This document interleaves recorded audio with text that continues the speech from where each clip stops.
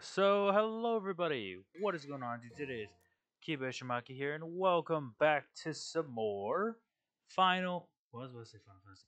Devil May Cry. Don't know why I was able to say Final Fantasy. Don't ask why I was going to say it. I almost said it. We don't talk about it. Anyways, we're back. We're continuing on DMC. We wrapped up mission 16. I accidentally picked up 3 red orbs, and I meant to pick up 2, but whatever. We'll take what we can get, and we move on to mission 17. Let's not waste any more time. Let's jump right into it. This mission can be...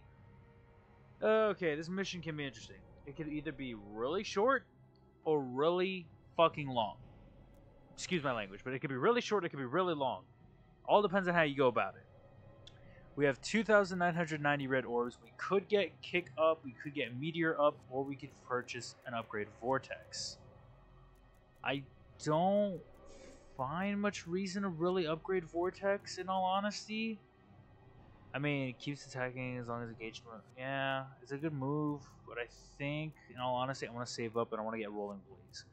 I want to at least try to have all of the abilities, or I guess the Devil Arms, available to us to show off all of them in one way, shape, or form. But the only best way to do that really is by proceeding one by one. Of course, I didn't need to get Stinger level 2, but it is one and round trip, but it is 100% one I recommend you pick up just because the distance is so much greater and it's so much more beneficial. Round trip, we haven't really had the chance to use it, but we might use it soon. Air hike, I know we're going to definitely utilize a lot. Air raid is super useful. Vortex is great. Magma drive is helpful. Kick 13, we haven't used it yet, but it is still pretty good. I think we've used it a few times. Rolling Blaze is immaculate. Meteor level 1, I mean, I haven't used it, but it's still a good one either way. And Inferno is probably the best thing you could have. So with nothing more to really make a note of, let's jump right in. Parted Memento. Slash away at the dragon and enter the court with the quick silk. We find ourselves here, but first we want to go back. This is why you want to try to preserve as many as you can, at least 3. Because of these red orbs, they are gigantic. And holy crap, are they great. Now, you only got one good shot at this, so make your way across carefully. Use any and all abilities you have to, and try to make it safely. Once you do so, a secret mission activates. Blue gem in the sky. Acquire the blue orbs that's located high in the sky. Now this comes with a bit of a tough challenge because, yep, we have to deal with a death scythe in the area, so keep that in mind. Oh my god, the volume is extremely loud. Hold on. Yeesh, I just realized how crazy loud that is for me. I hope it's not too loud for you guys, but I definitely need to lower that on my end. Okay, aside from that, yeah. We got this. Jump up here. Initially, you're really meant to use the death scythe. However, you can make this extremely easy by just double jumping up, using air raid, and floating on over. After that, it's literally just a matter of getting back across in relatively one piece. It's okay to fall, it's okay to fail. Once you do so, the mission is clear. Of course, we have to deal with our wonderful Saragossa friends, but I mean, it shouldn't be too hard. We're pretty familiar with them at this point. We're basically cousins with how many times we ran into them. Boom, boom, boom. Just a quick little rotation of dealing with them, and you should be okay. There you go. Thank you. Thank you. And we are set. Nice, nice, nice. Back. Oh, you put me back over here? Okay, well, that kind of sucks. Okay. Oh, God. Oh, God. Nope. Ah, I knew that was going to happen. Alright. I didn't think it was going to do that. I thought it was going to put me back on the other side. I should have just fallen on the main side that I was on. Whatever. Boom. Boom. Bam. We'll take the free little bit of red ores. Not a lot, but we'll take it. It'll inch us closer to getting the last of our abilities, at least. Now, please put me on the side I'm supposed to be on. Thank you. Now we can go back through the portrait, picture, whatever. We can actually press onward like we're supposed to. Boom. There's a bunch of stuff for us to break and shatter, which is really nice. Though it doesn't appear like there's much to gain from them, which kind of sucks. but it's fine. Let's make our way up, and things are definitely different. Things are definitely a brewing and can definitely put you on a little bit of a trip in a way. Boom, boom, boom. Just a couple quick slashes, a couple quick strikes. Pretty much takes everything down. You don't have to think too much or plan too much either. We're going to keep ascending the stairs. We see actually what's on the other side. And we gain further access to the castle. There's a book that tells about ways to enter the underworld. Evil is a reflection of man, thus evil lurks inside the mirror. One with devil's qualities may bring the blue stone elixir and stand before the mirror. That's interesting. Press forward and we see this. Interesting. Before we go through, swap to Ifrit. It is gonna be a big help. Jump on in. And once again, we are in a courtyard? I don't know, some sort of prison, I guess. Arena. We got some new enemies.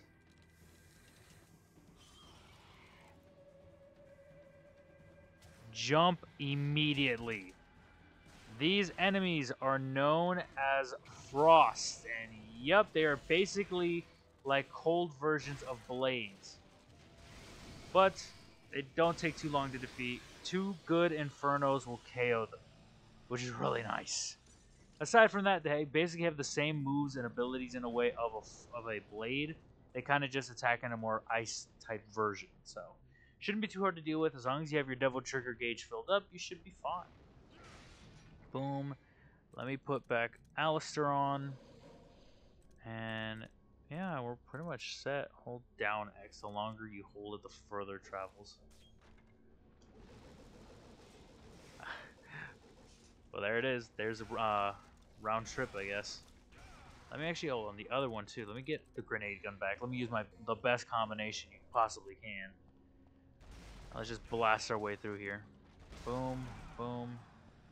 See green over there, which is nice. Head down this side path, and we see a door. The door won't open. There's a round hole in the center. Show the gem with the moonlight. Well, we know where we have to go, but now we have to find the Quicksilver. The key thing that basically pits us to the end. Take care of you. Make sure you collect all of these red orbs before you forget. Of course, it's the same old usual spiel and shtick. You beat up enough, more end up respawning in due time. So you could definitely get your red orbs up pretty easily in this area, which is really nice. Shouldn't take you too long. Just a good bit of swinging and blowing stuff up over and over again, and eventually it'll get it all for you. Boom, boom. Nice, thank you. Boom. I swear, the way that they spawn sometimes throws me so far off, it is insane. Boom. Anything else? Nope. Cool. Alright. Let's run our way back. And now we have something that I find very interesting and very cool. Push forward. And we find that. It is what is known as Pluto's dragon. And if we attempt to approach, a strange power has confronted me. We've got to find a way to defeat the dragon. Yep. We have to beat up Pluto's dragon. And the only way to do it is by stepping back here and using the same-ish strategy that we've used against Phantom. We kind of just have to wait it out, time our jumps, and swing right back at him. Shouldn't be too difficult. Only 3 strikes are needed. Once you get all 3 done, boom. Perished like nothing. Now we have this weird little thing waiting for us. An inscription as well. There's something written. The confronter of the path, Pluto's dragon. Prove your bravery with your sword, and the dragon will fall in its own flame. There's your hint. Let's interact with this. Now we have to rotate, and I mean really, really rotate. The mirror, the clock, whatever this thing is called. Eventually, it'll light up. And boom. What we seek is there. Boom, boom. You jump over here, stand out for a bit, and hey, another blue orb fragment. Nice. There appears to be an inscription of something here, but we don't have the ability to read it, so not much we can do except press forward. Now this is really cool and interesting. You see these invisible platforms? You're supposed to be able to parkour on them. However, you don't really need to. You can just run across, jump, double jump up as long as you have air hike or as long as you're close enough to the wall, and you should be fine. Quicksilver, a crystal ball filled with mercury. The mercury has lunar powers that will open sealed doors. That's oddly specific, yep. We can utilize the invisible platforms to obviously make our way through or across. It's just a bit awkward with the lighting and with their rotation, I guess, or with their path. Because it is, in a way, very specific for you to kind of follow it. But once you're done, you can exit and move onward. Time to make our way back to that room now that was once sealed off. And of course, there's just going to be a whole flurry of whatever enemies lie left for us to battle. Whatever free or non-free experience we can get. Damn, that fetish got messed up. Thank you. Slide on by, slide on through. We are good. Show the gem with the moonlight. We place the quicksilver. And we enter.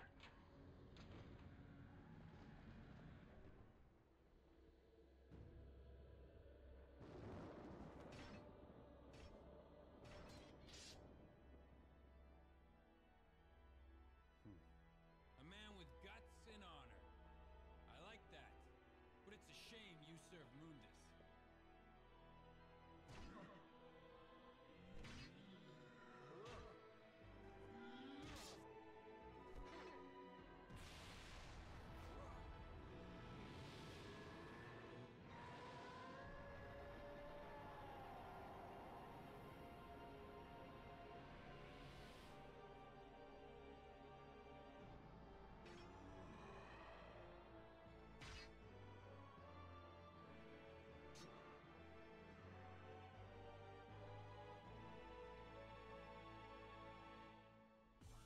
Here we are. One last showdown with Nello. Ah! Ugh. As you can probably guess, this is going to be a very brutal in a way fight. Because he has so many different abilities like that, which can get quite annoying if you are not careful. He can make these little swords spawn that basically kind of follow you throughout and just dish out a lot of damage. Just keep up with his movement. Of course, same status or same kind of a pattern as before. Try to keep yourself in an advantage state at all times, and do not let yourself, you know, get too squandered up by his movement stuff. Boom, boom, boom, boom. Ah! He very much just moves all over the room, and in every way, shape, or form can be quite the pain, considering he does multiples of his attacks. He's very much not that relentless this time around. Ugh. But with a good bit of aggression, you should be fine. Oh god, no. Ugh. I just recommend keep firing and keep moving. Ah! Whew. Thankfully, with a good strike, we take him down.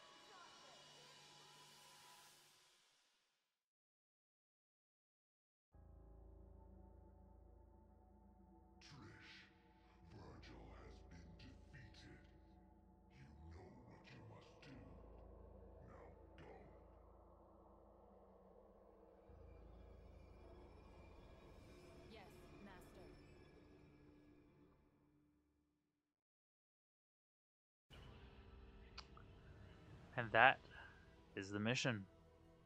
Quite a surprise, a very twisted turn of events. An S rank too. Holy, I did pretty well. Okay. um, yeah, that is who Virgil, or that's who Nello is. It is Virgil, Dante's brother. That is one hell of a surprise, in all honesty. And that's gonna be it for now. Join me back here next time, where we continue onward and see just what lies ahead as we come closer and closer to the end of our little adventure. Hope you guys did enjoy, and I'll see all of you dudes later. Peace out, everybody.